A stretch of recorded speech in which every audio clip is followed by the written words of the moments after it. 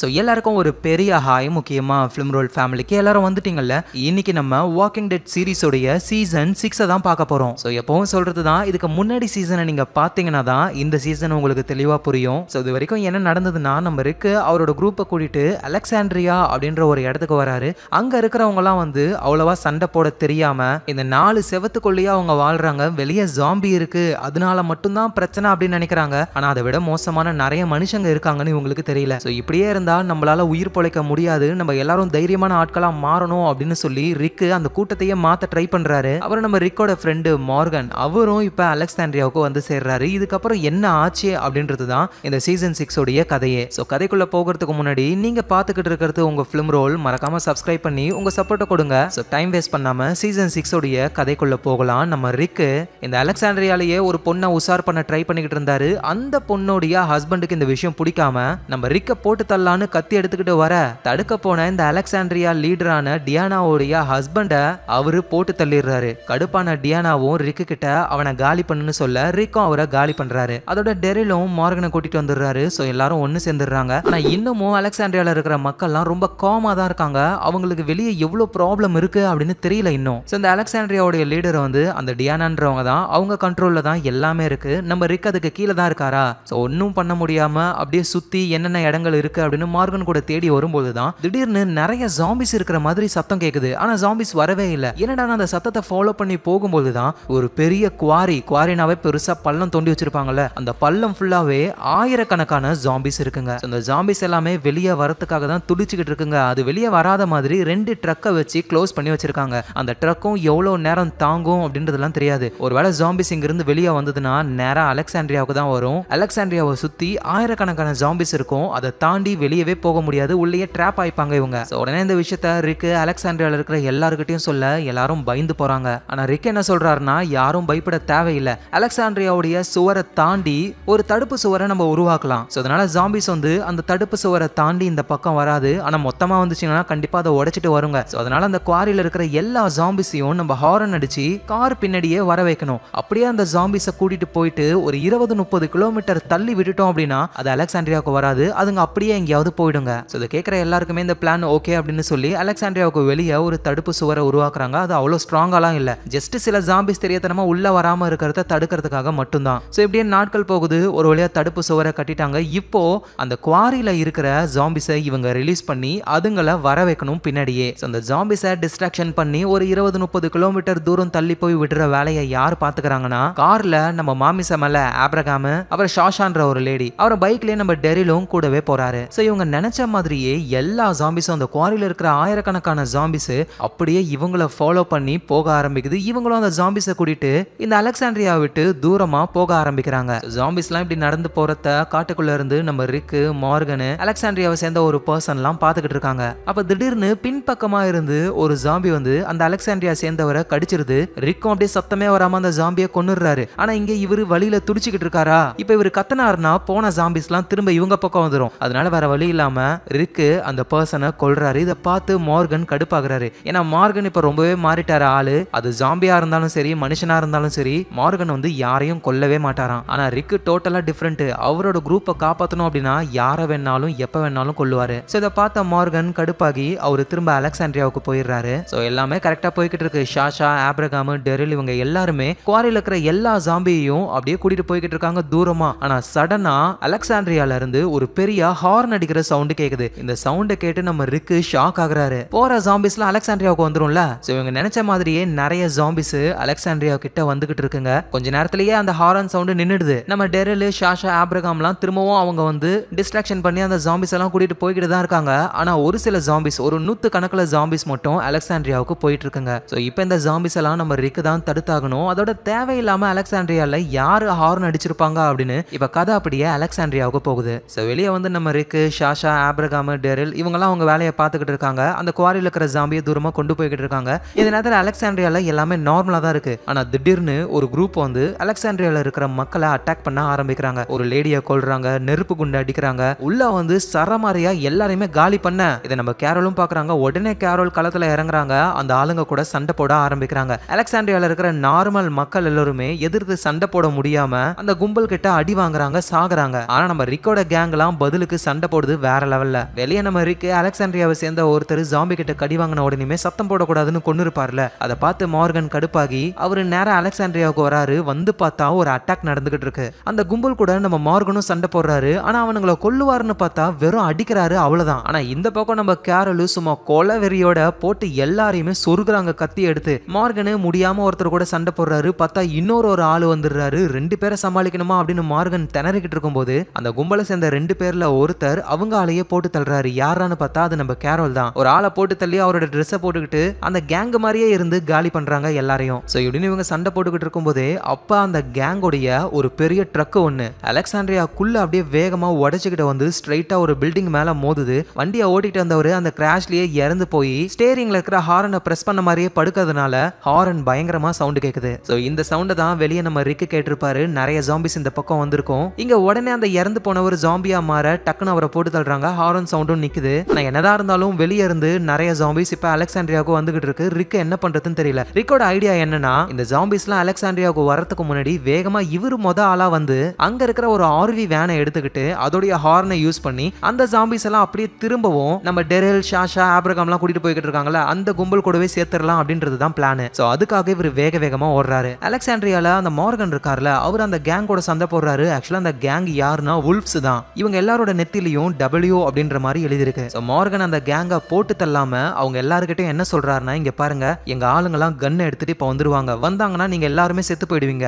உங்களுக்கு நான் உயிர் பிச்சை கொடுக்குறேன், ஒழுங்கா இங்க இருந்து போங்க அப்படின்னு சொல்ல வுல்ஃப் ஆளுங்களும் புரிஞ்சுக்கிட்டு வேகமா தப்பிச்சு போறாங்க. சோ இப்படி தப்பிச்சு வெளியே போனவங்க வெளியே இருக்கிற ஆர்வி வேன் கிட்ட வராங்க. அங்கதான் நம்ம ரிக்கு அந்த ஜாம்பிஸ் எல்லாம் தாண்டி வேகமா ஓடி வந்து ஆர்வி வேனை எடுத்துக்கிட்டு அந்த ஜாம்பிஸை டிஸ்ட்ராக்ஷன் பண்ணலாம் நினைக்கும் பொழுது மார்கன் தப்பிக்க விட்ட ஆளுங்கெல்லாம் வந்து ரிக்கை அட்டாக் பண்ண ஆரம்பிக்கிறாங்க. சோ ரிக்கு அவங்க கூட சண்டை போடுறாரு. சோ அப்படியே கன் எடுத்து மார்கன் யார் யாரெல்லாம் தப்பிக்க விட்டாரோ அவங்க எல்லாரையுமே ரிக்கு போட்டு தள்ளுறாரு. சோ அதுக்கப்புறமா ஆர்வி வேனை ஸ்டார்ட் பண்ணலான்னு பார்த்தா அது ஸ்டார்ட் ஆக மாட்டேங்குது. ஏன்னா இப்ப ஷூட் அவுட் நடந்ததுல, அதனால ஆர்வி வேன் ப்ராப்ளம் ஆயிடுச்சு போல. சோ இப்ப வர ஜாம்பிஸை டிஸ்ட்ராக்ஷன் பண்ணவே முடியாது. ஆர்வி வேனை தாண்டி அந்த ஜாம்பிஸ் எல்லாமே அலெக்சாண்ட்ரியாவுக்கு தான் போய்கிட்டு இருக்கு. சோ அலெக்சாண்ட்ரியால நம்ம மிஷான் மத்தவங்களாம் வந்திருக்காங்க. ஏதோ ஒரு கேங் வந்து அட்டாக் பண்ணிட்டு போயிருக்கு அப்படின்ற விஷயம் தெரிய வருது. அப்புறம் இந்த அலெக்சாண்ட்ரியால அடிக்கடி ஒரு பொண்ணு வந்து வெளியே போயிட்டு இருப்பால, அந்த பொண்ணு இப்ப வெளியே தப்பிச்சு போயிட்டாங்க போல. ஏன்னா இந்த இடம் பாதுகாப்பானது இல்லைன்னு நினைச்சுக்கிட்டு. அப்புறம் நம்ம கிளென்னும் அலெக்சாண்ட்ரியாவை சேர்ந்த ஒருத்தரும் ஜாம்பிஸ் கிட்ட மாட்டிக்கிட்டு பக்கத்துல ஒரு டவுன் கிட்ட வந்துட்டாங்க. அவங்களும் அலெக்சாண்ட்ரியாவுக்கு வரணும் தான் ட்ரை பண்றாங்க. ஆனா ஜாம்பிஸ் கிட்ட மாட்டிக்கிட்டாங்க, சுத்தி போட்டுருது அவங்கள. நம்ம கிளென்னும் எப்படி இங்க இருந்து தப்பிக்கலாம் அப்படின்னு யோசிக்கிறாரு. ஆனா கூட இருக்கிற அந்த பர்சன் வந்து முடியல. ஏன்னா அலெக்சாண்ட்ரியால இருக்கிற எல்லாருமே இந்த மைண்ட் செட்டா தான் இருக்காங்களே, இவ்வளவு ஜாம்பிஸ் எல்லாம் அவங்க பார்த்ததே இல்ல, 4 செவுத்துக்குள்ள வாழ்ந்தவங்க. அதனால கன் எடுத்து அவரே ஷூட் பண்ணி இறந்து போறாரு. சோ அப்படியே இறந்து போய் நம்ம கிளென் மேல விழுறாரு. கிளென்னும் அப்படியே கீழே ஜாம்பிஸ் கிட்ட விழ,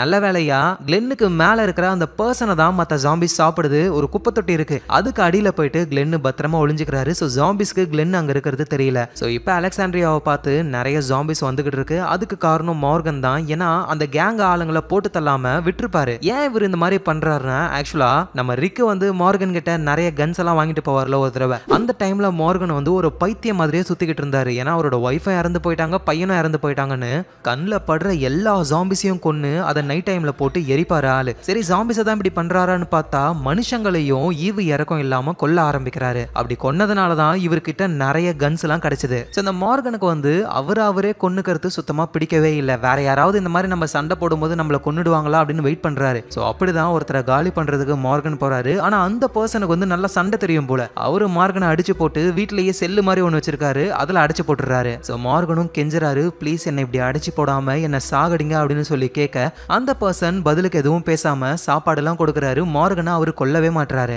அப்புறம் செல்லுக்குள்ள இருந்தே மார்கன் வெளியே எட்டி பார்க்கும் பொழுது அந்த பர்சன் வந்து வர ஜாம்பிங்களை அடிக்கிறாரு. ஆனா அந்த ஜாம்பிகளை கொல்லாம இழுத்துக்கிட்டே எங்கேயோ போறாரு. நம்மள மாதிரியே எரிப்பாரு போல அப்படின்னு மார்கன் நினைக்கிறாரு. சோ அப்புறம் அந்த பர்சன் மார்கன் கிட்ட வந்து மனசை எப்படி அமைதியா வச்சுக்கணும் அப்படின்ற மாதிரியான சில நல்ல விஷயங்களை சொல்லி கொடுக்க ஆரம்பிக்கிறாரு. மார்கனுக்கு சண்டை பயிற்சியும் சொல்லி தராரு. அதனால மார்கனுடைய மைண்ட் கொஞ்சம் கொஞ்சமா மாறுது. அந்த பர்சன் முக்கியமா என்ன சொல்றாரு அப்படின்னா, யாரா இருந்தாலும் அவங்கள கொல்லக்கூடாது, அவங்களுக்கு ஒரு வாய்ப்பை நம்ம தரணும். சோ கொல்லாம இருக்கிறது தான் ரொம்ப ரொம்ப முக்கியம் அப்படின்ற விஷயம் நம்ம மார்கனுடைய மைண்டுக்குள்ள நல்லா ஏறிடுது. ஏன்னா அந்த பர்சன் வந்து ஜாம்பியை கூட கொல்லாம அடிச்சு இழுத்துட்டு போயிட்டு அதுங்களை புதைக்கிறாரு. இதெல்லாம் தாண்டி ஒரு கட்டத்துல மார்கனை ஒரு ஜாம்பி கடிக்கிற மாதிரி வருது. மார்கனை காப்பாத்தி அந்த பர்சன் ஜாம்பி கிட்ட கடி வாங்கி அவரோட உயிரையே கொடுக்கறாரு மார்கனுக்காக. சோ இப்பதான் மார்கனும் புரிஞ்சுக்கிறாரு, இதுக்கு மேல நம்ம மத்தவங்களோட உயிரை எடுக்க கூடாது, அடுத்தவங்களுக்கு நம்ம ஒரு வாய்ப்பை கொடுக்கணும் அப்படின்னு சொல்லி தான் அந்த பர்சன் இறந்ததுக்கு அப்புறம் அங்க இருந்து நம்ம ரிக்க தேடி வந்திருப்பாரு. சோ வந்தவரு அந்த கேங்கை கொல்லாம அப்படியே ஏவி விட்டுருப்பாரு. அதுல ஒரு கேங் ஆளையும் மார்கன் பிடிச்சு வச்சிருக்காரு யாருக்கும் தெரியாம. அலெக்சாண்ட்ரியால இருக்கிற ஒரு வீட்டுடைய பேஸ்மெண்ட்ல அந்த ஆளை அடைச்சு வச்சு நல்லவனா மாத்துறதுக்கு இந்த மார்கன் ட்ரை பண்றாரு. ஒரு நார்மல் மனுஷனா நல்லவனா மாத்தலாம், இந்த உல்ஃப் கேங்க சேர்ந்தவங்க எல்லாருமே சைக்கோ மாதிரி. அவன் சொல்றான், நீ என்னதான் சொன்னாலும் என் கட்டை அவுத்து விட்டனா உன்னை கொன்னுட்டு நான் இங்க இருந்து போவேன் அப்படின்னு வெறித்தனமா சொல்லியும் மார்கன் திரும்பவும் உனக்கு ஒரு வாய்ப்பை தரேன் அப்படின்னு பேஸ்மெண்ட்லயே வச்சு ஆறுதல் சொல்லிக்கிட்டு இருக்காரு அந்த பர்சனுக்கு. இந்த மாதிரி மார்கன் உல்ஃப் கேங்க சேர்ந்த ஒருத்தரை கட்டி போட்டு வச்சிருக்காருன்ற விஷயம் யாருக்குமே தெரியாது. ஸோ அலெக்சாண்ட்ரியால இருக்கிற எல்லாருமே கொஞ்சம் காம் ஆகுறாங்க. எப்படியோ வந்த கேங்க அடிச்சு அனுப்பிட்டோம், அதோட ஜாம்பிஸையும் தூரமா கொண்டு போய்கிட்டு இருக்காங்க அப்படின்னு நினைக்கும் பொழுதே தூரத்துல இருந்து ஜாம்பிஸ் வந்துகிட்டு இருக்கு. அந்த ஜாம்பிஸ் கேப்ல நம்ம ரிக்கும் வேக வேகமா ஓடி வராரு. ரிக்கு உள்ள வந்த உடனே எல்லா டோரையும் க்ளோஸ் பண்ணிடுறாங்க. இப்ப நிறைய ஜாம்பிஸ் அலெக்சாண்ட்ரியாவுடைய சுவரை தள்ளிக்கிட்டு இருக்குங்க. சோ எது எப்போ உடையும்னு யாருக்கும் தெரியாது. அலெக்சாண்ட்ரியால இருக்கிற எல்லாரும் பயப்படுறாங்க. ரிக்கும், நீங்க ஒன்னும் கவலைப்படாதீங்க, முக்காவாசி ஜாம்பிஸ டெரில், ஷாஷா, ஆப்ரகாம்லாம் கூட்டிட்டு போய்கிட்டு இருக்காங்க. கொண்டு போய் விட்டதுக்கு அப்புறம் திரும்ப அவங்க வந்து அகைன் இந்த ஜாம்பிஸ கூட்டிட்டு போயிடுவாங்க. சோ நம்ம பொறுமையா வெயிட் பண்ணணும், எந்த ஒரு சவுண்டும் போடாம இருந்தா போதும் அப்படின்னு சொல்றாங்க. ஆனா இப்படின்னு சொல்லியும் அலெக்சாண்ட்ரியால இருக்கிற அந்த நார்மல் மக்கள் எல்லாம் பயந்து நடுங்குறாங்க. லீடரான டியானாவும் ரொம்ப கஷ்டப்படுறாங்க. சோ அப்பதான் அந்த அலெக்சாண்ட்ரியாவை சேர்ந்த ஆரோன் அப்படின்ற ஒருத்தர் ஒரு பேக்கை பாக்குறாரு. வந்த கேங் கொண்டு வந்திருக்காங்க. அந்த பேக் வந்து ஆக்சுவலா இவரோடது தான். அதுல இந்த அலெக்சாண்ட்ரியாவுடைய போட்டோலாம் இருக்கு. உடனே இந்த விஷயத்த எல்லார்கிட்டயும் சொல்றாரு. நம்ம ரிக்கு மேல எந்த தப்பும் கிடையாது, நானும் டெரிலும் ஒரு இடத்துக்கு போனோம், அங்க ஜாம்பி கிட்ட இருந்து தப்பிக்கும் போது என் பேக்கை விட்டுட்டு வந்துட்டேன். அந்த பேக்ல நம்ம அலெக்சாண்ட்ரியாவுடைய போட்டோஸ்லாம் இருந்தது, அதை பார்த்துட்டு தான் அந்த கேங் இங்க வந்திருக்காங்களே. சோ ரிக்கு சொன்னது கரெக்ட் தான், நம்ம எதிர்த்து போராடணும் அப்படின்னு இவர் சொல்லியும் யாரும் கேட்கற மாதிரியே இல்ல. எல்லாரும் தேவையான திங்ஸ் எல்லாம் எடுத்து பேக் பண்ணிக்கிட்டு இருக்காங்க, இந்த இடத்த விட்டு எஸ்கேப் ஆகணும் அப்படின்னு. எங்க நம்ம மேகி வந்து கிளென் வரவே இல்லையா அப்படின்னு சொல்லி திரும்பவும் கிளென்னை தேடலாம் அப்படின்னு ட்ரை பண்றாங்க. ஆனா இவங்களால கேட்டை விட்டு வெளியே போக முடியாது, ஏன்னா சுத்தி நிறைய ஜாம்பிஸ் இருக்குல்ல. அவதான் அந்த ஆரோன்ன்றவரும் எனக்கு ஒரு வழி தெரியும் வாங்க அப்படின்னு மேகியை கூட்டிட்டு இந்த அலெக்சாண்ட்ரியாலேயே ஒரு டனல் மாதிரி ஒன்று இருக்கு, அந்த டனல் வழியா அப்படியே அந்த இடத்த விட்டு தூரமா போகலாம். அந்த இடத்துடைய எட்ஜுக்கு போய் பார்க்கும்பொழுது அங்கேயும் ஜாம்பிஸ்லாம் இருக்குங்க. ஸோ இது வழியாவும் இவங்களால போக முடியாது. மேகி ரொம்ப கடுப்பாகிறாங்க, கிளென்னுக்கு என்ன ஆச்சோன்னு. அதோட முக்கியமா மேகி பிரெக்னெண்டா இருக்காங்க, இதை கிளென்னு கிட்ட சொல்லணும் அப்படின்னு அவங்க நினைக்கிறாங்க. ஸோ இந்த நேரத்தில் அலெக்சாண்ட்ரியாக்குள்ளேயே பயந்து போன சில பேர்லாம் இறந்து போய் அவங்க ஜாம்பியா மாறுறாங்க. ஸோ அவங்கள கொல்லுறாங்க.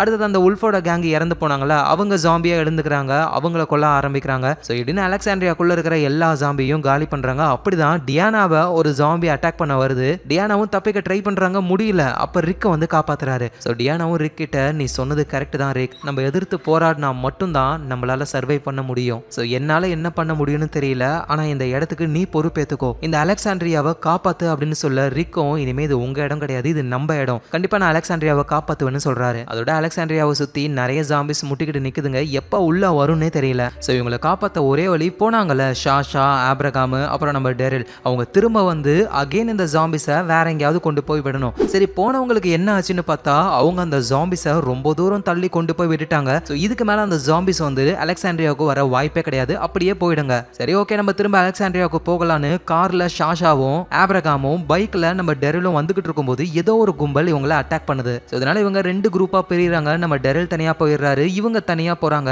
பின்னாடியே கார்ல ஃபாலோ பண்ணிக்கிட்டே வராங்க. ஸோ ஷாஷாவும் ஆப்ரகாமும் பின்னாடி வரவங்களை காலி பண்ணிட்டு ஒரு டவுன் கிட்ட போயிட்டாங்க. ஏன்னா அந்த கும்பலுடைய மீதி ஆளுங்களும் இருக்க வாய்ப்பு இருக்கு. ஸோ அதனால இவங்க சேஃபா ஒரு பில்டிங்ல போயிட்டு ஒளிஞ்சுக்கிறாங்க. ஆனா நம்ம டெரில் அவர்கிட்ட வெறும் வில்லு தானே இருக்கு. ஸோ பைக்ல வேகமா சந்துல பூந்து போய் அந்த கார்ல வந்த கேங் கிட்ட இருந்து எஸ்கேப் ஆகி, இதுக்கு மேல நம்ம வண்டியில போனா சவுண்ட் வச்சே கண்டுபிடிச்சிருவாங்கன்னு பைக் அழகா ஒளிச்சு வச்சுட்டு காட்டுக்குள்ள நடந்து போய்கிட்டு இருக்காரு. ஸோ அப்ப டெரில கன் பாயிண்ட்ல ஒரு கும்பல் பிடிக்கிறாங்க. ஆக்சுவலா இவங்க எல்லாருமே சர்வைவர்ஸ். இப்ப டெரில திறத்திக்கிட்டு இருந்தாங்கல்ல, அந்த கும்பல் கிட்ட இருந்து தான் இவங்களும் தப்பிச்சு வந்திருக்காங்களே, நீயும் அந்த கும்பலை சேர்ந்தவன் தானே அப்படின்னு டெரில டவுட் பண்றாங்க. டெரில் சொல்றாரு, நீங்க எங்க இருந்து தப்பிச்சு வந்தீங்களோ அதே கும்பல் கிட்ட இருந்து தான் நானும் தப்பிச்சு வந்திருக்கேன், நான் நல்லவன்னு சொல்றாரு. ஆனா நம்ப மாட்டாங்க.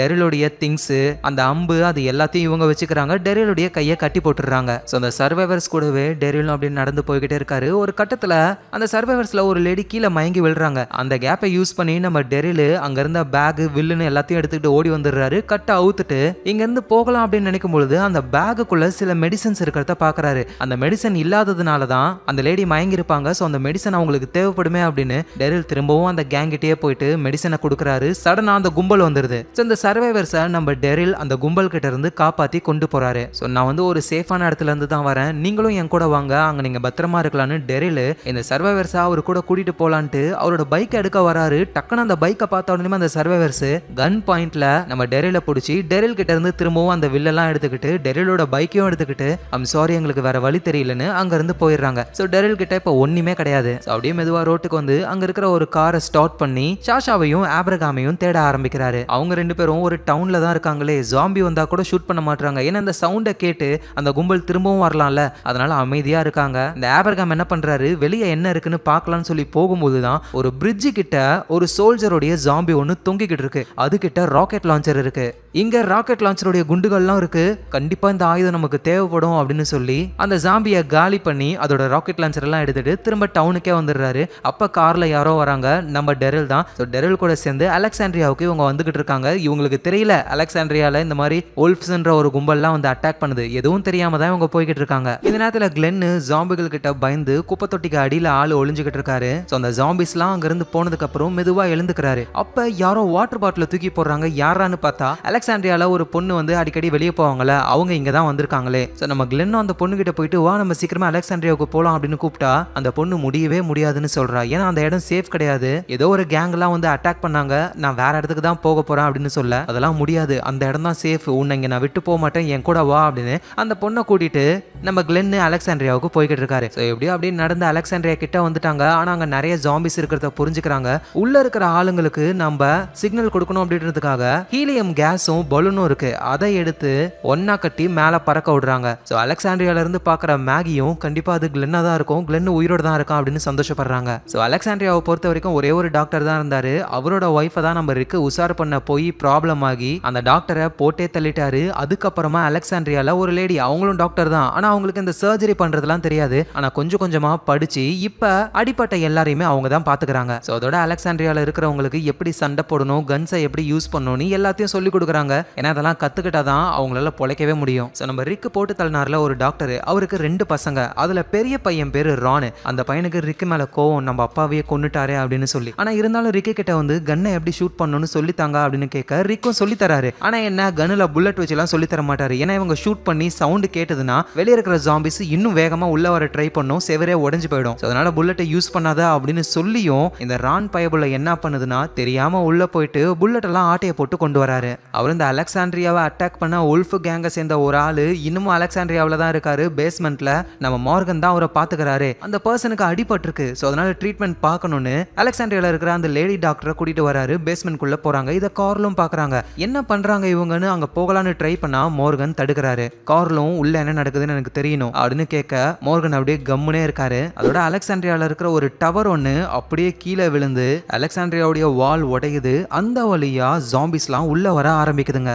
உடனே ரிக்கும் எல்லாரையும் வீட்டுக்குள்ள போயிட்டு சேஃபா டோரை க்ளோஸ் பண்ண சொல்றாரு. தனித்தனியா ஒவ்வொரு குரூப்பா ஒவ்வொரு வீட்டுல எல்லாரும் தங்க ஆரம்பிக்கிறாங்க. நம்ம கேரோலு, மார்கனு, அப்புறம் அந்த டாக்டர், உல்ஃபை சேர்ந்த அந்த கேங் ஆளு, இவங்க எல்லாருமே ஒரு வீட்டுல இருக்காங்க. ஆனா என்ன, அவங்க பேஸ்மெண்ட்ல இருக்காங்க, கேரோல் மேல இருக்காங்க. இந்த மாதிரி உல்ஃபை சேர்ந்த ஒருத்தன் இருக்கான் அப்படின்ற விஷயம் அவங்களுக்கு தெரியல. ஆனா மார்கன் ஏதோ ஒரு விஷயத்த மறைக்கிறாருன்றது மட்டும் இவங்களுக்கு புரியுது. அப்புறம் லீடர் டியானாவும் ஜாம்பிஸ் கூட சண்டை போட ஆரம்பிக்கிறாங்க. அப்ப ஒரு செயின்ஸால அவங்க உடம்பு மாட்டிக்கிட்டு உடம்பு கிழிச்சுக்குது. உடனே நம்ம ரிக்கும் அவங்களை கூட்டிட்டு சேஃபான ஒரு வீட்டுக்குள்ள போயிடுறாரு. அங்க மிஷான் எல்லாருமே இருக்காங்க. அவரை நம்ம ரிக்கு கொண்ட அந்த டாக்டருடைய பையன் ரான் இருக்கான்ல, அந்த பையன் நம்ம ரிக்கோட பையன் காரல் கூட சண்டை போட ஆரம்பிக்கிறாரு. அப்ப ஜன்னல் உடைஞ்சி அந்த சவுண்ட் கேட்டு ஜாம்பிஸ்லாம் உள்ள வர ஆரம்பிக்குதுங்க. அதே வீட்டுல தான் மேல நம்ம ரிக்கு, அடிபட்டு இருக்கிற டியானா, மிஷான் இவங்க எல்லாரும் இருக்காங்க. உடனே கீழே வந்து அந்த 2 பசங்களையும் காப்பாத்துறாரு. டோரை க்ளோஸ் பண்ணிக்கிறாங்க. ரிக்கு கேட்கிறாரு அவரோட பையன் கிட்ட என்ன சத்தம் அப்படின்னு கேட்க, இந்த மாதிரி ரான் அட்டாக் பண்ணா அப்படின்னு சொல்லாம ஜாம்பிஸ்லாம் வந்துருச்சு, நானும் ரானும் தப்பிக்க ட்ரை பண்ணோம் அப்படின்ற மாதிரி போய் சொல்றாரு. இப்போ நம்ம ரிக்கு அவரு உசார் பண்ணி வச்சிருக்கிற அந்த பொண்ணு, அந்த பொண்ணுடைய 2 பசங்க, சின்ன பையன் பேரு சாம், பெரிய பையன் தான் அந்த ரான். அவரை ரிக்கோட பையன் கார்லு, மிஷானு இவங்க எல்லாருமே இந்த வீட்டை விட்டு வெளியே போயாகணும். ஆனா வெளியே ஃபுல்லா ஜாம்பிஸா இருக்கு. இதை தாண்டி டெனிலா இருக்காங்கல்ல, அவங்களுக்கு வேற அடிபட்டு இருக்கு. சரி போய் செக் பண்ணலான்னு பார்த்தா அவங்கள ஜாம்பி ஆல்ரெடி கடிச்சு வச்சிருக்கு. லேட்டு. கண்டிப்பா அவங்க சாக தான் போறாங்க. இதை நினைச்சு மிஷான் ரொம்ப கஷ்டப்படுறாங்க. ஏன்னா இந்த இடம் வந்து மிஷானுக்கு ரொம்ப ரொம்ப பிடிக்கும். இப்படியே இங்க நிம்மதியா வாழலாம்னு நினைச்சாங்க. ஆனா இவங்க நினைச்சது எதுவுமே நடக்கவே இல்லை. இந்த நேரத்துல நம்ம கேரோல் இருக்காங்கல்ல, அவங்க பேஸ்மெண்ட்டுக்கு போகலான்னு பார்த்தா மார்கன் விடவே மாட்டாரு. அதனால தூங்குற மாதிரி ஒரு சீனை போட்டு மார்கன் வெளியே ஜாம்பிஸ் இருக்கான்னு பார்க்கலான்னு போற கேப்ல டக்குன்னு இவங்க பேஸ்மெண்ட்டுக்கு போறாங்க. அங்க அந்த உல்ஃபோடைய ஆள் இருக்கிறத பாக்குறாங்க. செம்ம கடுப்பாக்குறாங்க. மார்கன் என்ன சொல்றாருன்னா, இங்க பாரு, அவனை கொல்லாத, அவனுக்கு நம்ம ஒரு வாய்ப்பு கொடுக்கணும், மனித உயிர்ன்றது ரொம்ப ரொம்ப முக்கியமான ஒண்ணு அப்படின்னு சொல்ல, யோ இவனுக்கு கும்பலு நம்ம எல்லாரையும் கொன்னு இருப்பானுங்க, இவனை கொல்லாம விடக்கூடாது அப்படின்னு கேரோல் ட்ரை பண்ணும்பொழுது இந்த மார்கன் பதிலுக்கு கேரோலை அடிச்சு படுக்க போட்டுறாரு. இந்த கேப்பை யூஸ் பண்ணி அந்த உல்ஃபோட ஆளும் என்ன பண்றாருன்னா மார்கன் அடிச்சு போட்டுறாரு. சவுண்ட் கேட்டு மத்த ஆளுங்க உள்ள வர அந்த உல்ஃபோட ஆளு அந்த டாக்டர் லேடிய கழுத்து மேல கத்திய வச்சு ஒழுங்கா என்ன விடுங்கன்னு அங்க இருந்து எஸ்கேப் ஆக ட்ரை பண்றாரு. இங்க நம்ம ரிக் என்ன பண்றாரு அப்படின்னா ஒரு 2 ஜாம்பியை பிடிச்சி வந்து அதை கிழிச்சு அதோட ரத்தத்தெல்லாம் உடம்புல பூசிக்கிட்டு நைஸா நம்ம இங்க இருந்து எஸ்கேப் ஆகலாம் அப்படின்ற ஒரு பிளான போடுறாரு. இந்த நேரத்துல ஜாம்பி கிட்ட கடி வாங்கின லீடரான டேனியலாவை காணோம். அவங்க ஜாம்பியா மாதிரி யாரையாவது கடிக்க போறாங்களோன்னு போய் பார்த்தா அந்த டேனியலா ஜூடியத் இருக்குல்ல குழந்தை அது கிட்ட போறாங்க. ரிக் கையில ஒரு ஆக்ஸ் இருக்கு, அதை வச்சு போட்டு தரலான்னு போகும்போது ரிக் நான் இன்னும் ஜாம்பியா மாறல, நான் ஜஸ்ட் உன் குழந்தைய பார்க்கணும்னு ஆசைப்பட்டேன் அப்படின்னு அவங்க சொல்றாங்க. சரின்னு ரிக்கும் விட்டுறாரு. கையில ஒரு கன்னை கொடுத்துட்டு டேனியலா அவங்களே ஷூட் பண்ணி சாகட்டும்னு விட்டுட்டு இவங்க ஜாம்பியோடைய அந்த ரத்தத்தெல்லாம் பூசிக்கிட்டு வெளியே வர ஆரம்பிக்கிறாங்க. இவங்க நினைச்ச மாதிரியே ஜாம்பி இவங்களை கண்டுக்கல குறுக்க பூந்து வந்துகிட்டு இருக்காங்க. ஆனா இவங்க எந்த ஒரு சவுண்டும் போடாம இருக்கணும். இந்த நேரத்துல நம்ம டெரில், ஷாஷா, ஆப்ரகாம் இவங்க எல்லாருமே அலெக்சாண்ட்ரியாவுக்கு தான் வந்துகிட்டு இருக்காங்க. வர வழியில ஒரு ஃபியூவல் டேங்க் லாரியை பார்த்திருப்பாங்க போல. அந்த லாரி ஃபுல்லாவே பெட்ரோல் தான் இருக்கு. அடிச்சதுல லக்குன்னு அதை ஓட்டிக்கிட்டு வராங்க. பார்த்தா நடு ரோட்ல பைக்கர் கேங் ஒருத்தவங்க இருக்காங்க. அவங்க வந்து உங்ககிட்ட இருக்கிற எல்லா பொருளையும் கொடுத்துட்டு ஓடி போயிடுங்க, அதுதான் உங்களுக்கு நல்லது அப்படின்னு சொல்ல நம்ம ஆளுங்களும் அவங்க கிட்ட இருக்கிற கன்னெல்லாம் கொடுத்துடுறாங்க. ஆனா அப்பவும் சும்மா இல்லாம உங்களை நான் போட்டு தள்ளியே ஆவேன் அப்படின்னு கொலை பண்றதுக்கு ரெடியா இருக்கும்போது திடீர்னு அந்த பைக்கர் கேங்கை மொத்தமா வெடிச்சு செதறுது. என்னடான்னு பார்த்தா டெரில் இருக்கார்ல, அவரு ராக்கெட் லான்ச்சரை வச்சே காலி பண்ணிட்டாரு. அப்புறம் சீனா அங்க இருந்து அலெக்சாண்ட்ரியாவுக்கு போய்கிட்டு இருக்காங்க. ஆனா அங்க அலெக்சாண்ட்ரியால ஒரு போராட்டமே நடந்துகிட்டு இருக்கு. நம்ம ரிக்கோட பிளான் என்னன்னா நைஸா இந்த அலெக்சாண்ட்ரியால இருக்கிற கன்ஸ்லாம் இருக்கிற இடத்துக்கு போயிட்டு ஃபிளேர் கன்னை எடுத்துக்கணும். அந்த ஃபிளேர் கன்னை யூஸ் பண்ணும்போது அதுல நல்ல பிரைட்டான வெளிச்சம் வரும், அது வந்து ஜாம்பிஸை அட்ராக்ட் பண்ணும். அப்படி ஜாம்பிஸை வேற வழியா நம்ம கொண்டு போயிடலாம் அப்படின்னு ஒரு பிளான போடுறாரு. ஆனா குழந்தைய வச்சுக்கிட்டு அவரால் முடியாது. நல்ல வழியா ஃபாதர் இருக்காரு, அவர்கிட்ட குழந்தைய கொடுத்து அவர் சர்ச்சுக்கு போயிடுறாரு. சர்ச்சில் சில பேர் இருக்காங்க, நிறைய மக்கள் எல்லாருமே அவங்கவுங்க வீட்டில் பத்திரமா இருக்காங்க, வெளியே யாரும் வரவே இல்லை. ஆனா எதிர்த்து போராடினா மட்டும்தான் உயிர் பொழைக்க முடியும்னு அவங்க யாருக்குமே தெரியல. இதெல்லாம் நினைச்சு நம்ம ரிக்கும் கடுப்பாகிறாரு, இவனுங்கெல்லாம் ஒரு மக்களா அப்படின்னு சொல்லி. தொடர்ந்து அந்த ஜாம்பிங்க கேப்ல போய்கிட்டே இருக்கும் பொழுது நம்ம ரிக்கு உஷார் பண்ண அந்த பொண்ணு இருக்கால, அந்த பொண்ணோட சின்ன பையன் அவன் இந்த ஜாம்பிஸ் எல்லாம் பார்த்து ரொம்பவே பயந்து போறான். ஒரு மாதிரி சவுண்டு போட ஜாம்பிஸ் கண்டுபிடிச்சிருது. அந்த பையனை பிடிச்சி கடிச்சு சாப்பிட ஆரம்பிக்குதுங்க. நம்ம ரிக்கும் அவர் உஷார் பண்ண ஆளுகிட்ட வா இங்க இருந்து போயிடலாம் அப்படின்னு சொல்ல பையனை விட்டு வரதுக்கு மனசு இல்ல அவங்களுக்கு. அவங்களையும் ஜாம்பிஸ் பிடிச்சு சாப்பிட ஆரம்பிக்குதுங்க. அந்த லேடி வந்து நம்ம ரிக்கோட பையன் கார்லோடைய கையை பிடிச்சிட்டு இருக்காங்களா, அப்படியே சாப்பிட்டு அடுத்தது கேர்லையும் பிடிச்சிரும். அதனால ரிக்கு அவர்கிட்ட இருக்கிற ஆக்ஸை வச்சு அந்த லேடியோடைய கையை வெட்டுறாரு. அவரு உஷார் பண்ண பொண்ணையே இப்ப அவரே காலி பண்றாரு. இந்த விஷயங்களை பாக்குற அந்த ரான்ன்ற பையன் நம்ம அப்பாவையும் இந்த ரிக்கு போட்டு தள்ளிட்டான், இப்ப நம்ம தம்பியும் அம்மாவும் இறந்து போயிட்டாங்க, எல்லாத்துக்கும் காரணம் இவன் தான் அப்படின்னு சொல்லி கன்னை எடுத்து நம்ம ரிக்க ஷூட் பண்ணலான்னு ட்ரை பண்ண பின்னாடி இருந்து மிஷானு அந்த பையனையே குத்தி சொருகிடுறாங்க. ஆனா இருந்தாலும் அந்த பையன் ஷூட் பண்ணிடுறான். புல்லட் ரிக்கு மேல படாம வேற சைடு போயிடுது. மிஷான் அந்த பையனை காலி பண்ணிட்டு வாங்க இங்க இருந்து போலாம் அப்படின்னு சொல்ல திரும்பி ரிக் அவரோட பையன் கார்ல பார்த்தா ஒரு கண்ணுல இருந்து அப்படியே ரத்தம் வருது. ஏன்னா அந்த புல்லட் கண்ணுல பட்டுருச்சு போல. அப்படியே ஷாக் ஆன ரிக்கு அவரோட பையனை தூக்கிட்டு வேகமா அலெக்சாண்ட்ரியால இருக்கிற டாக்டரை பாக்குறதுக்கு வந்துகிட்டு இருக்காரு. ஆனா அந்த டாக்டரை தான் கடத்தி அந்த உல்ஃபோட ஆளு தூக்கிட்டு போய்கிட்டு இருக்காருல்ல. அப்படி போகும்பொழுது ஒரு ஜாம்பி டாக்டரை கடிச்சு சாப்பிட ட்ரை பண்ணும்பொழுது உல்ஃபோட ஆளு காப்பாத்த ட்ரை பண்றாரு. ஆனா அவரோட கைய ஒரு ஜாம்பி கடிச்சிருது. இந்த மார்கன் மாதிரியே இந்த லேடி டாக்டரும் சரியான லூசு போல. அவங்க அந்த உல்ஃபோட ஆளை காப்பாத்த ட்ரை பண்றாங்க. ஆனா தூரத்துல இருந்து நம்ம கேரோல் இருக்காங்களா, அவங்க ஷூட் பண்ணி அவரை காலி பண்றாங்க. அப்புறம் அந்த லேடி டாக்டர் வேகமா ஹாஸ்பிட்டலுக்கு வராங்க. நம்ம ரிக்கோ அவரோட பையனை தூக்கிக்கிட்டு அழுதுகிட்டே ஓடி வராரு. டாக்டர் வேகமா ரிக்கோட பையனை காப்பாத்துறதுக்கான வேலையில இறங்குறாங்க. இந்த நேரத்துல வெளியே மேகி வந்து ஒரு டவர் மாதிரியான செட்டப்ல இருக்காங்க. ஜாம்பிஸ்லாம் வந்து அந்த டவரே உடஞ்சி கீழே விழ போகுது. இதை வெளியே இருந்து நம்ம கிளென்னும் அவரு கூட அந்த பொண்ணு இருக்கும்ல, அந்த பொண்ணோட பேரு ஈடித்து, ரெண்டு பேருமே பாக்குறாங்க. அந்த ஜாம்பிஸ் எல்லாம் நம்ம டிஸ்ட்ராக்ஷன் பண்ணலாம் அப்படின்னு சொல்லி நம்ம கிளென்னு சவுண்ட் போட்டு அந்த ஜாம்பிஸ் எல்லாம் வர ட்ரை பண்றாரு. அந்த குட்டி பொண்ணும் மேகி கூட போயிடுறாங்க. என்னதான் ஒரு டிஸ்ட்ராக்ஷன் பண்ணாலும் நிறைய ஜாம்பிஸ் அந்த டவரை தள்ளி தான் விட போகுதுங்க. கிளென்னுக்கு என்ன பண்றதுன்னு தெரியல. இப்ப அவரும் ஜாம்பிங்களை கிட்ட மாட்டிக்கிட்டாரு. கரெக்டா இந்த டைம்ல தான் நம்ம ஷாஷா, ஆப்ரகாம், டெரில் இவங்கலாம் அந்த இடத்துக்கு வராங்க.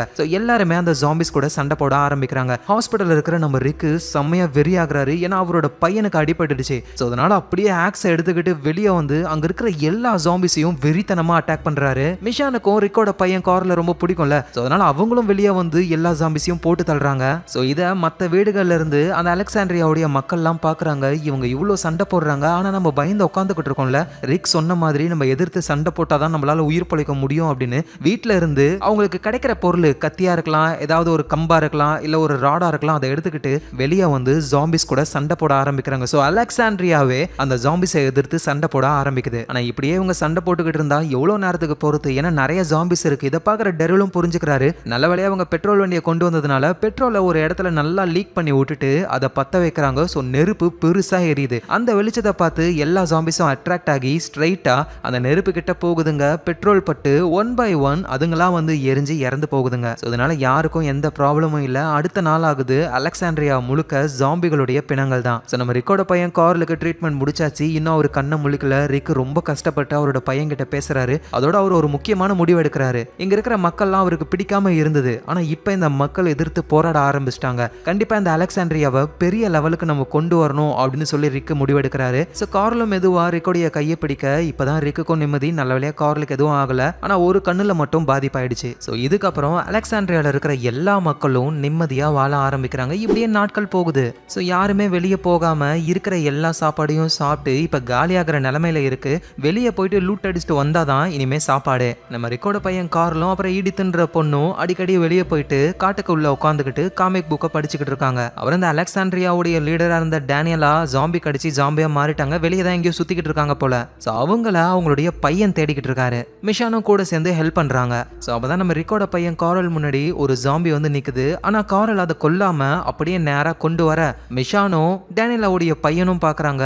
ஆக்சுவலா அந்த ஜாம்பியே டேனியலா தான். ஸோ அதுக்கப்புறம் டேனியலாவா அவங்க பையனே கொண்டு அந்த இடத்துலயே புதைக்கிறாங்க. இந்த நேரத்தில் நம்ம ரிக்கும் டெரியலும் அப்படியே லூட் அடிக்கலான்னு வெளியே போய் தேட ஆரம்பிக்கிறாங்க. ஒவ்வொரு இடமா தேடும் போதுதான் ஒரு ட்ரக்கை கண்டுபிடிக்கிறாங்க. அது ஃபுல்லாவே சாப்பாடா இருக்கு. வேற லெவல்னு அந்த ட்ரக்கை ஓட்டிக்கிட்டே பெட்ரோல் பங்க் கிட்ட வராங்க. பார்த்தா அங்க ஒரு வெண்டிங் மிஷின் இருக்கு. உள்ள ஃபுல்லா ஜூஸ் ஐட்டமா இருக்கு. ஸோ அந்த வெண்டிங் மிஷினை தூக்கி ட்ரக்குக்குள்ள வைக்க முடியாது. அதனால ட்ரக்கோட சேர்ந்து கட்டுறாங்க. சடனா யாரோ ஒருத்தர் வந்து நம்ம ரிக்கை இடிக்கிறாங்க. யாரான்னு பார்த்தா ஆளு நல்லா சூப்பரா ட்ரெஸ் பண்ணிருக்காரு. முடியெல்லாம் நிறைய வச்சிருக்காரு. ஏ யார் நீ அப்படின்னு கேட்க பின்னாடி ஆளுங்கெல்லாம் திரத்திட்டு வராங்க. என்னோட பேரு பால். ஆனா என் ஃப்ரெண்ட்ஸ் எல்லாம் என்ன ஜீசஸ்னு சொல்லுவாங்க. சீக்கிரம் இங்க நிக்காதீங்க ஓடுங்க அப்படின்னு சொல்ல துப்பாக்கி சொல்ற சவுண்ட் கேக்குது. நம்ம ரிக்கும் டெரியலும் என்னன்னு போய் பார்த்தா அந்த இடத்துல பட்டாசை தான் கொளுத்தி வச்சிருக்காங்க. ரிக் உடனே அவரோட பாக்கெட்ல கையை வைக்கிறாரு. சாப்பாடு இருக்கிற ட்ரக்கை கொண்டு வந்தாங்கல்ல அந்த ட்ரக்கை காணோம். அந்த ஜீசஸ் தான் நம்ம ரிக்கு மேல மோதிர மாதிரியே வந்து சாவி எடுத்துக்கிட்டு இப்ப ட்ரக்கோட சேர்ந்து ஃபுட்டையும் ஆட்டையை போட்டு போறாரு. ஸோ பின்னாடியே நம்ம ரிக்கும் டெரியலும் போகிறாங்க. இவங்க கட்டி இருந்தா அந்த வெண்டிங் மிஷின் மட்டும் கீழே கிடக்குது. அட்லீஸ்ட் இதுவாவது கிடைச்சதே அப்படின்னு இவங்க நிம்மதி ஆகும்போது தான் ரோட்ல டயருடைய தடத்தை பார்க்குறாங்க. கண்டிப்பாக டயரில் ஒன்று போயிடுச்சுன்னு நினைக்கிறேன். ரொம்ப தூரம் அவன் போயிருக்க மாட்டான்னு வேகமாக போய் பார்க்குறாங்க. இவங்க நினச்ச மாதிரியே டயர் ஒன்று பஞ்சர் ஆயிடுச்சு. ஆள் டயரை சேஞ்ச் பண்ணிக்கிட்டு இருக்காரு. இவங்க காட்டு வழியாக வந்து நைஸாக அந்த ஜீசஸை கன் பாயிண்ட்ல பிடிக்கிறாங்க. இங்கே பாரு ட்ரக்கை நாங்கள் கண்டுபிடிச்சோம். அது எங்களுக்கு தான் சொந்தம். ஸோ அதனால நீ வேற ஏதாவது வழியை பார்த்துக்கோ அப்படின்னு கை காலை கட்டிட்டு அங்கேருந்து ட்ரக் எடுத்துகிட்டு போகிறாங்க. ஆனால் கட்டை அவுத்துட்டு அந்த ஜீசஸ் வண்டிக்கு மேல தான் உட்காந்துக்கிட்டு இருக்காரு. ஒரு பிரேக் அடிக்க ஆளு முன்னாடி வந்து விழுறாரு. அங்க ஜாம்பிஸ் வேற இருக்கு. இறங்கி நம்ம ரிக்கு ஜாம்பி கூட சண்டை போட இங்க அந்த ஜீசஸ் டெரில் கூட ஓடி பிடிச்சி விளையாடிக்கிட்டு இருக்காரு. டெரிலும் திறத்த முடியல அவரால். இவங்க போட்ட சண்டையில ஹேண்ட் பிரேக்கை எடுத்து விட வண்டி ஒரு ஸ்லோப்ல நிக்குது. அப்படியே போயிட்டு நேரா ஆத்துல விழுந்து முழுங்கிடுது. மொத்த ஃபுட்டும் காலி. ஸோ கடுப்பான ரிக்கும் டெரிலும் அந்த ஜீசஸ் அப்படியே பிடிச்சி நேரா தூக்கிட்டு வராங்க அலெக்சாண்ட்ரியாவுக்கு. ஆக்சுவலா இங்க இன்னொரு விஷயம் என்னன்னா நம்ம ரிக்கு மிஷான் இருக்காங்களா ரெண்டு பேருக்கும் இடையில ஒரு லவ் ஒன்று செட் ஆயிடுச்சு. ஸோ அவங்களும் ஜாலியாக இருக்காங்க. ஸோ இப்படியே போகுது நாட்கள்லாம். ஸோ நம்ம ரிக்கும் டெரிலும் பிடிச்சி கொண்டு வந்தாங்கல்ல ஜீசஸ்ன்றவர். அவரு எல்லா விஷயத்தையும் சொல்ல ஆரம்பிக்கிறாரு. இந்த ஜீசஸ் இருக்கிற கும்பலோட பேர் வந்து ஹில் டாப். அவங்க வந்து ரொம்ப ரொம்ப நல்லவங்க. விவசாயத்தை மட்டுமே நம்பி இருக்காங்க. அவங்களுக்கு தேவையான சாப்பாடு எல்லாமே இருக்கு. ஆனா என்னன்னா அந்த ஹில் டாப்ன்ற மக்களுக்கு வந்து சண்டை போட தெரியாது. வெறும் ஈட்டி அந்த மாதிரி தான் வச்சிருக்காங்களாம். ஆனா அதை கேட்கிற நம்ம ரிக்குக்கும் அவரோட ஆளுங்களுக்கும் இதை நம்புற மாதிரியே இல்ல. ஏன்னா எந்த ஒரு ஆயுதமும் இல்லாம இருந்தா ஜாம்பி வந்து அட்டாக் பண்ணதோ இல்லையோ மத்த மனுஷங்க வந்து அட்டாக் பண்ணுவாங்க. எப்படி இவங்க தப்பிக்கிறாங்கன்னு தெரியல. சரி உன் இடத்த காட்டு அப்படின்னு சொல்ல ஜீசஸும் கூட்டிட்டு போறாரு. இவங்க எல்லாருமே அந்த ஹில் டாப்ன்ற இடத்துக்கு வராங்க. ஸோ இவங்க நினைச்ச மாதிரியே அங்க இருக்கிற மக்கள் கிட்ட சாப்பாடு எல்லாமே நிறைய இருக்கு. ஆனா என்ன அவங்க கிட்ட ஆயுதங்கள் துப்பாக்கிகள்னு எதுவுமே கிடையாது. ஸோ இந்த ஹில் டாப்புக்கு கிரெகோரி அப்படின்ற ஒரு லீடர் இருக்காரு. அவர்கிட்ட போயிட்டு நம்ம மேகி பேசுறாங்க.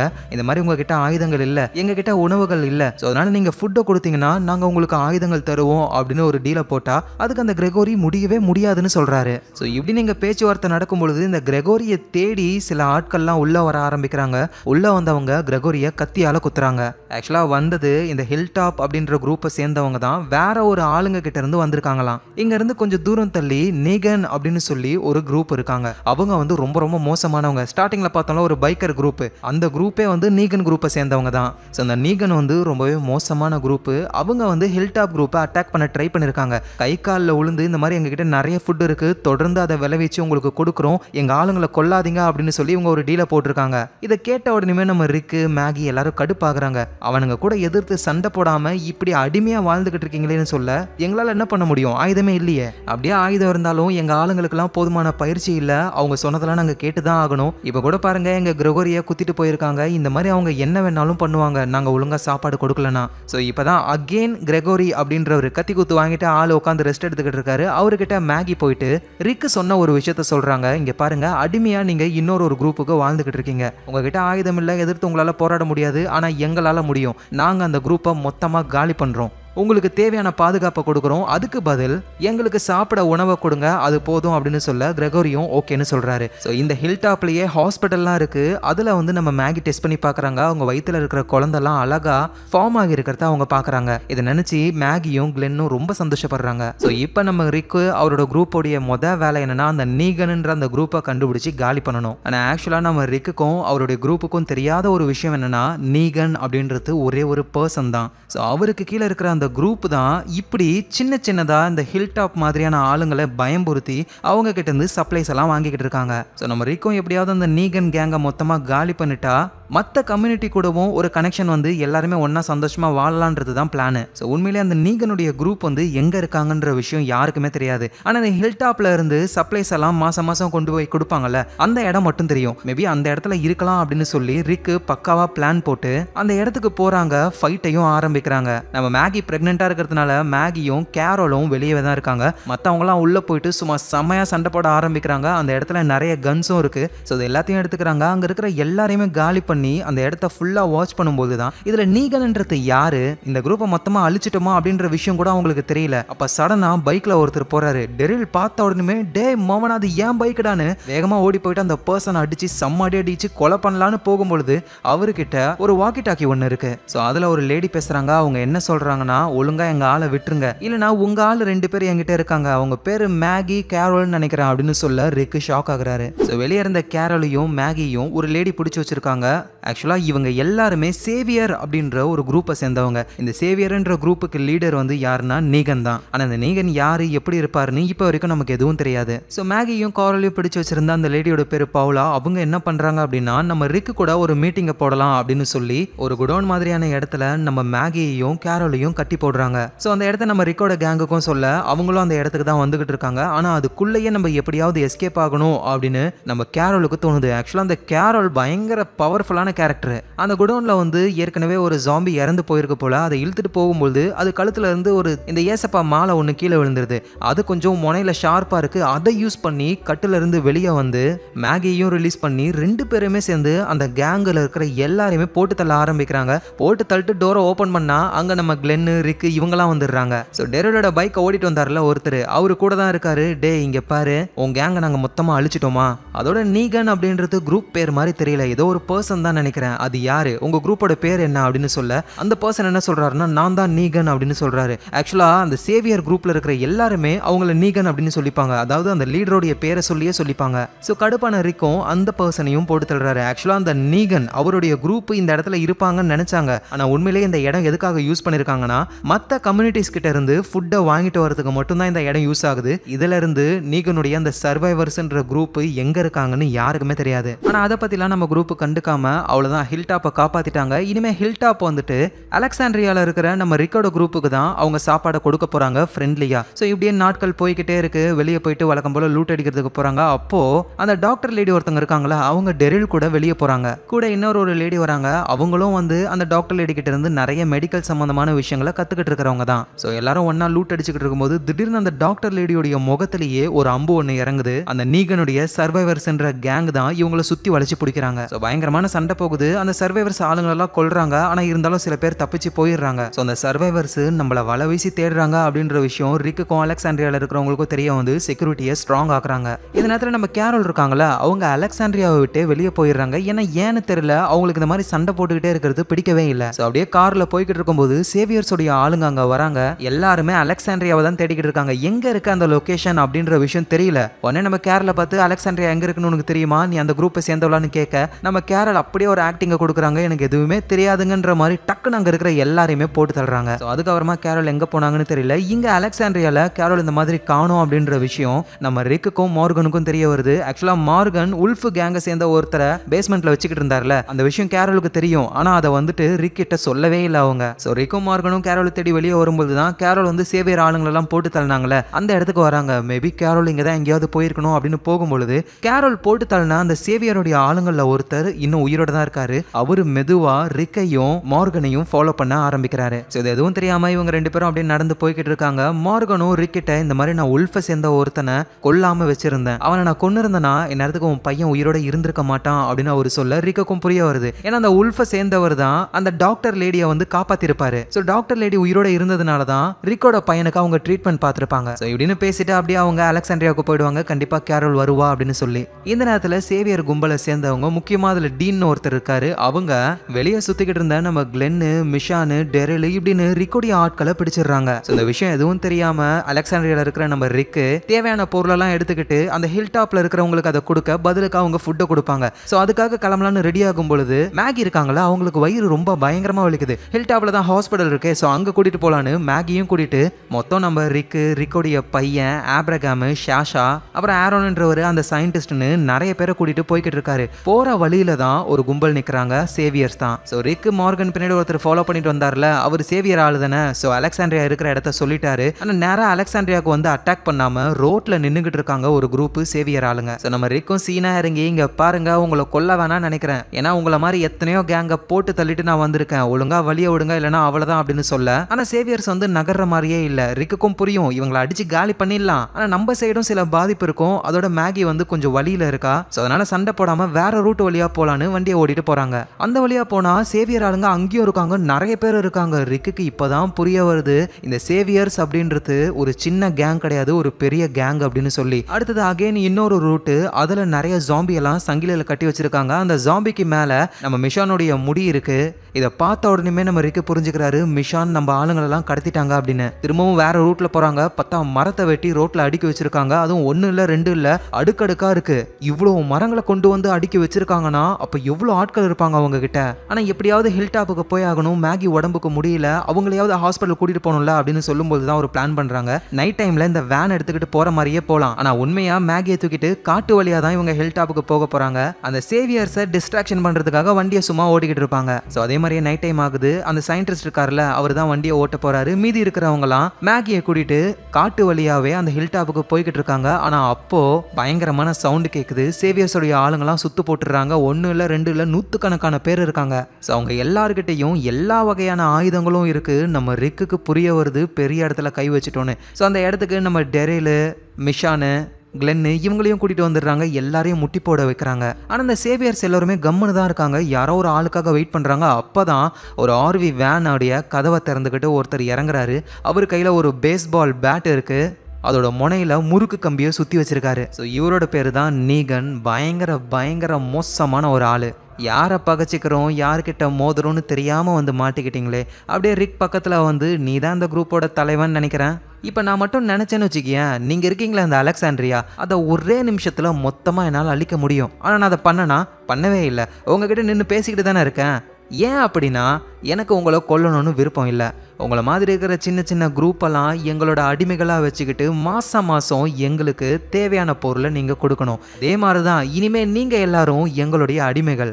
எங்களுக்கு தேவையான பொருள் மாதம் கரெக்டாக வந்து சேரணும். அதுக்கு இடையில ஏதாவது ஒரு ப்ராப்ளமோ இல்லை தேவையில்லாமல் எங்களை எதிர்க்கணுமோன்னு நினச்சிங்கன்னா அவ்வளோதான், ஒரே செகண்டில் உங்கள் கதையே மொத்தமாக முடிஞ்சிடும். அவர் அந்த நீகன் அவர்கிட்ட இருக்கிற பேட்டை காட்டுறாரு. அதுக்கு உயிர் இருக்கிற மாதிரி, அது ஒரு பர்சன் மாதிரியா அவர் பேசுறாரு. இதை பார்க்க ஒரு பேஸ்பால் பேட்டு முறுக்கு கம்பி சுற்றி இருக்குன்னு சாதாரணமாக நினைக்காதீங்க. இவர் ரொம்ப ஸ்வீட்டு. இவளுக்கு எது தெரியுமா பிடிக்கும்? மனுஷங்களுடைய ரத்தம் தான். சரி அதை விடுங்க, நான் சொன்ன டீலுக்கு ஓகே தானே அப்படின்னு ரிக்கிட்ட கேட்க ரிக் எதுவும் சொல்ல மாட்டாரா. கடுப்பான நீகனும் சரி இவர் எதுவும் சொல்லலப்பா, என் டார்லிங்குக்கு ரத்தத்தை காட்டிட வேண்டியதுதான், உங்க குரூப்ல இப்ப யாரை கொன்னு காட்டணும் அப்படின்னு ஒருத்தரையா செலக்ட் பண்ணி அதுல நீகன் ஒருத்தரை செலக்ட் பண்றாரு. அவரோட மண்டையிலேயே அந்த பேஸ்பால் பேட்டால அடிச்சு கொல்றாரு. ஸோ இதை பார்த்து ரிக்கு மற்றவங்களும் ரொம்ப ஷாக் ஆகுறாங்க. செத்தது யாருன்னே தெரியல. இந்த இடத்துலயே இந்த சீசன் முடியுது. இறந்தது யாரு? இதுக்கப்புறம் தான் அந்த நீகன்ன்றவருடைய வில்லனிசமே காட்ட போறாங்க. ஸோ நீகனுடைய தி சேவியர்ஸ் வந்து அவ்வளோ பெரிய கேங்கு, இவ்வளோ பெரிய கேங்கை எதிர்த்து நம்ம ரிக்கு என்ன பண்ண போறாரு? ஸோ இது எல்லாமே அடுத்தடுத்த சீசன்ல தான் தெரிய வரும். மறக்காம இந்த வீடியோவை லைக் பண்ணிட்டு உங்க ஃபிலிம் ரோலை சப்ஸ்கிரைப் பண்ணிக்கோங்க. ஏன்னா நீங்க கொடுக்குற சப்போர்ட்னால தான் இந்த மாதிரி நிறைய வீடியோக்கள் எனக்கு பண்ணணுன்ற ஒரு பூஸ்டையே கொடுக்கும். அதனால மறக்காம சப்ஸ்கிரைப் பண்ணி உங்க சப்போர்ட்டை கொடுங்க. நாளைக்கு நம்ம வேற லெவல் மூவில பார்க்கலாம். Lots of love guys.